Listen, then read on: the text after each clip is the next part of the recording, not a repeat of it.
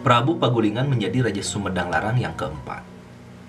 Nah, pada tahun 1114, Eyang Sunan Guling atau Mertalaya. Eyang Mertalaya dikenal sebagai Sunan Guling pada tahun 1114 sampai 1237 Masehi, mempunyai 3 orang putra, yaitu Eyang Tirtakusuma sebagai Sunan Tuakan, Jayadinata dan Kusuma Jayadiningrat.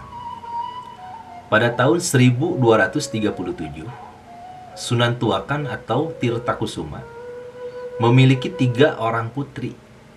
Yang pertama, Eyang Ibu Ratu Ratnasih alias Nyi Rajamatri, diperistri oleh Sri Baduga Maharaja Jayadewata Pakuan Pajajaran.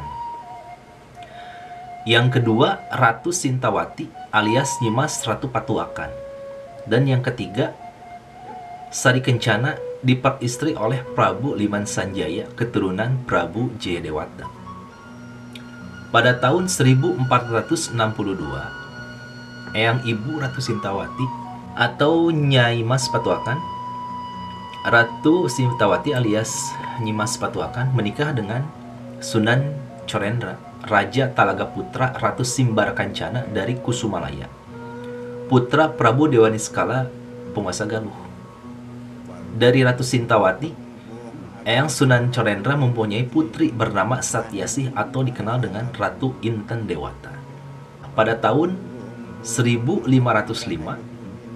lahirlah Raden Solih, Ki Geneng Sumedang atau yang lebih dikenal Eyang Pangeran Santri. Pangeran Palakaran menikah dengan Nyi Armilah, seorang putri Sindangkasih Majalengka.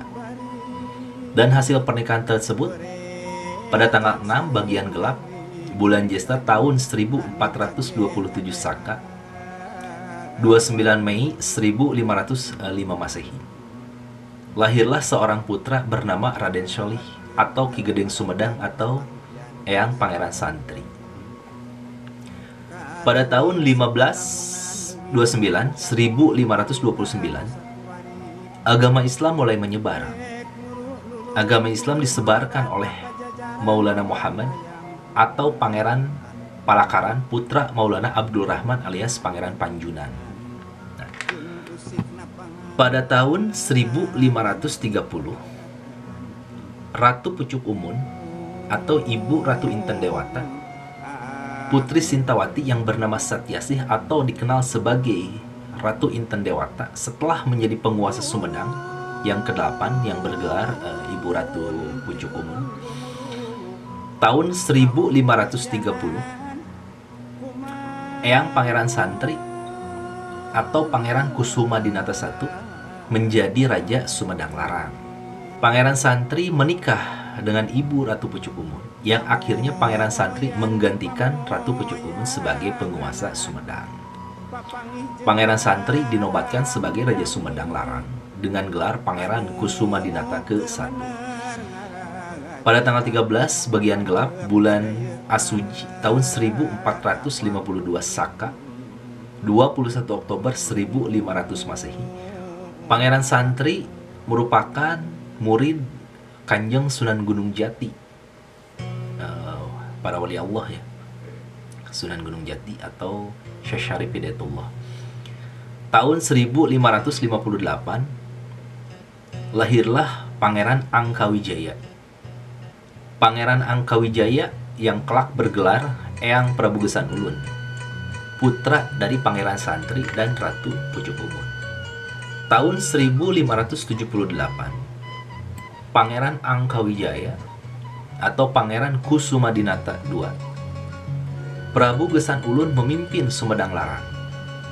Pada saat penobatan, Pangeran Angkawijaya berusia 22 tahun lebih 4 bulan. Jadi masih muda, sudah diangkat menjadi pangeran atau raja.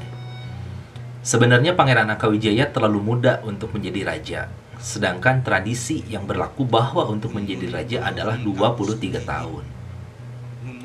Tetapi Pangeran Angkawijaya mendapat dukungan dari 4 orang bersaudara yang dulunya itu bekas senopati dan pembesar Pajajaran. Keempat bersaudara tersebut merupakan keturunan dari Prabu Buniswara Suradipati.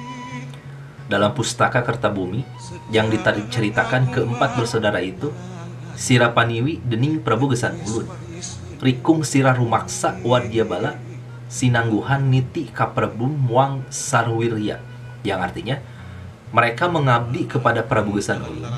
Di sana mereka membina bala tentara, ditugasi mengatur pemerintahan dan lain-lainnya.